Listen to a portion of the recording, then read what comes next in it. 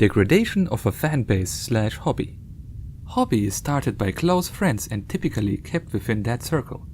There are guidelines within the games and everyone involved is happy to follow them. A friend or acquaintance of the original members joins the hobby and begins to play regularly.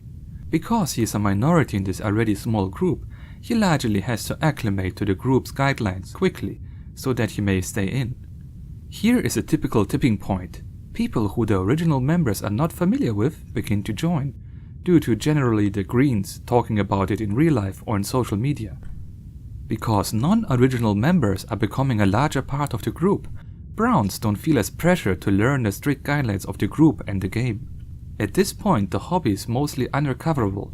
Females join the vast majority/totally male hobby in an effort not to play the game, but to attract attention largely uncontested from boys.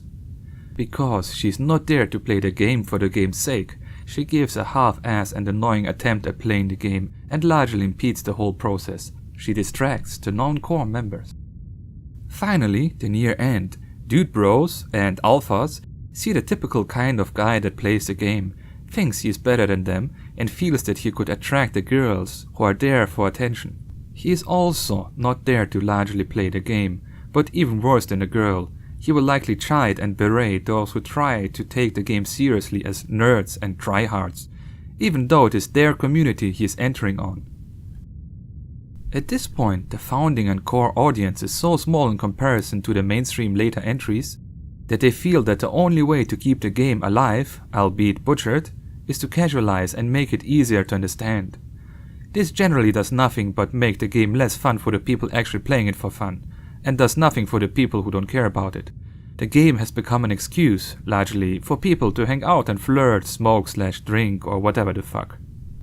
Now, the founders are so disenfranchised with the state of the community that they invested so much time into, that they leave altogether to either abandon it or start their own, in which the cycle may repeat. What's left of the game, which was already largely ignored, will either collapse on itself due to lack of interest, and the dude bros and girls will leave to be social parasites on another community. Or the game will be continued to be casualized without the founders to the point that it hardly resembles the original game at all, and continue to grow in popularity until it gains media attention, forever destroying the hobby.